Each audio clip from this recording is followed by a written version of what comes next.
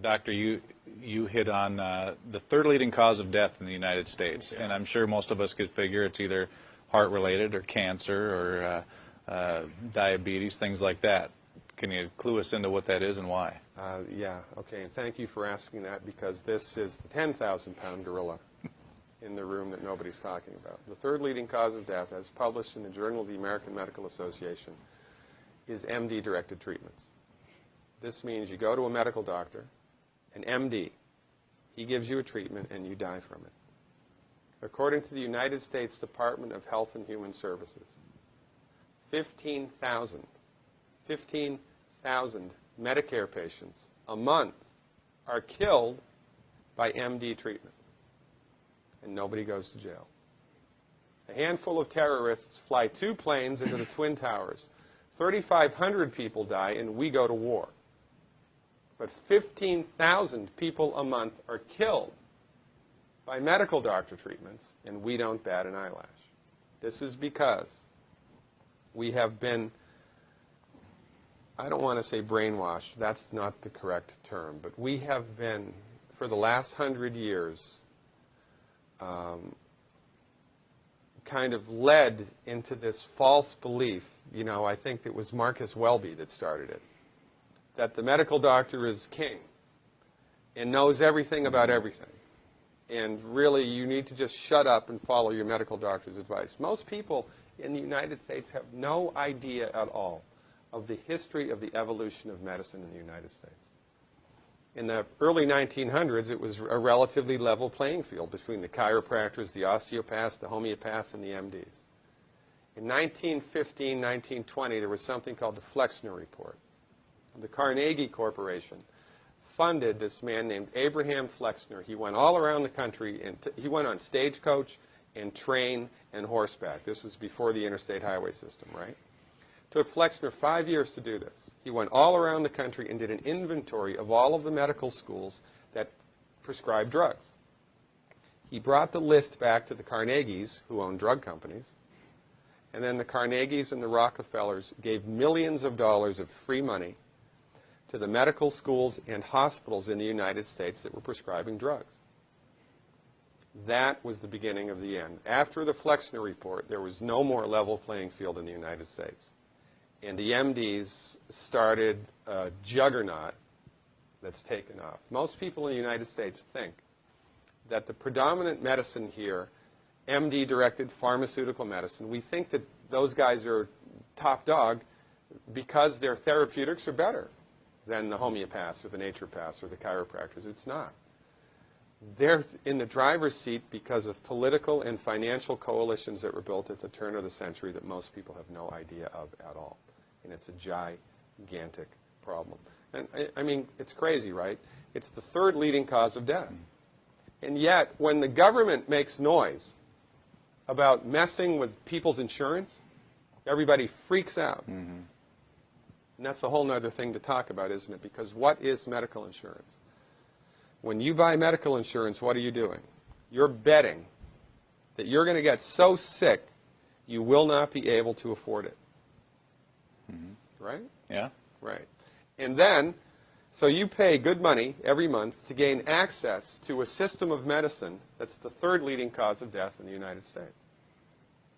We need our heads examined, quite frankly. That's why we give, Dr. Wallach and myself collectively, we give 400 free lectures a year. And we're building a grassroots network because people don't know this. I mean, people, I come to my lectures and they look at me and say, couch potatoes live longer? Medical doctors, the third leading cause of death? You know, what's going on here? We're like the people, you know, in Galileo's time saying, hey, everybody, you know, it's the sun that's at the center of the solar system, not the Earth. Well, hey, everybody, the Earth is round, it's not flat. Or, hey, everybody, slavery's a bad thing.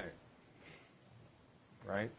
This is, we have a social agenda here. Why do we have a social agenda? Because people are suffering needlessly. You wouldn't believe, as God is my witness, you would not believe the things that I've seen people recover from in holistic medicine. The body's ability to fix itself is remarkable. And most of the time, all that the body needs to do that is the raw materials that it needs to do that. And we need to stop eating food that's hurting the body. You know, if you put diesel fuel in an unleaded engine, even if it's a brand new Ferrari, it's going to run like crap if it runs at all. There's nothing wrong with the car, it just had the wrong fuel. It's the same with the human body. You give the human body the raw materials that it needs, clean up the diet, Superman, Superwoman. And you know, if you don't get to super status, then at least your blood pressure normalizes, at least your arthritis goes away, at least your anxiety and panic attacks go away, and you can sleep through the night. A better thing to talk about, however, is the relationship between profits and cancer in the United States. There was a study that was published, I believe it was in 1994.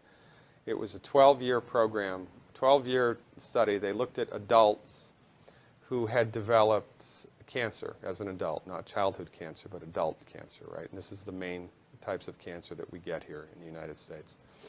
They did a meta-analysis of these people all around the world who developed cancer as adults for 12 years and were treated with chemo. And they looked at the results. And they published the results in the Journal of Clinical Oncology. And the results? 97% of the time, chemotherapy does not work. 97% of the time, it doesn't work. So why is it still used? It's one reason and one reason only: money.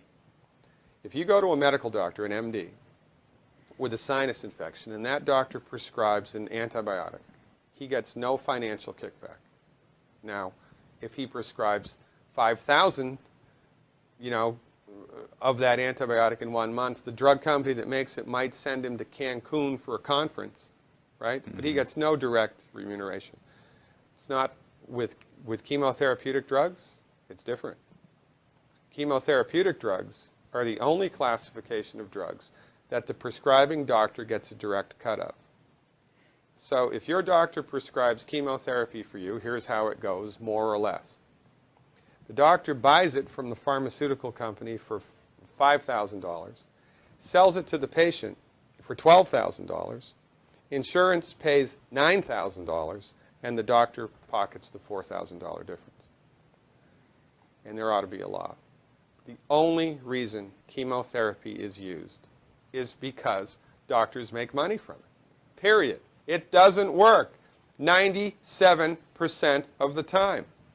If Ford Motor Company made an automobile that exploded 97% of the time, would they still be in business? No. This is the tip of the iceberg of the control that the pharmaceutical industry has on us. Most people have no idea of this at all. Now, I wrote a book. It's called The MD Emperor Has No Clothes, right? In my book, I have a bulleted list of 10 questions that every cancer patient should ask their doctor. 10 questions. I've had patients kicked out, literally, kicked out of the oncologist's office because the doctor was PO'd that the patient was asking him these questions. And these are just common sense questions. Cancer treatment in the United States, we have lost the war on cancer. We have lost the war on cancer. Why? Because cancer is not a reductionistic phenomenon. Cancer is a holistic phenomenon.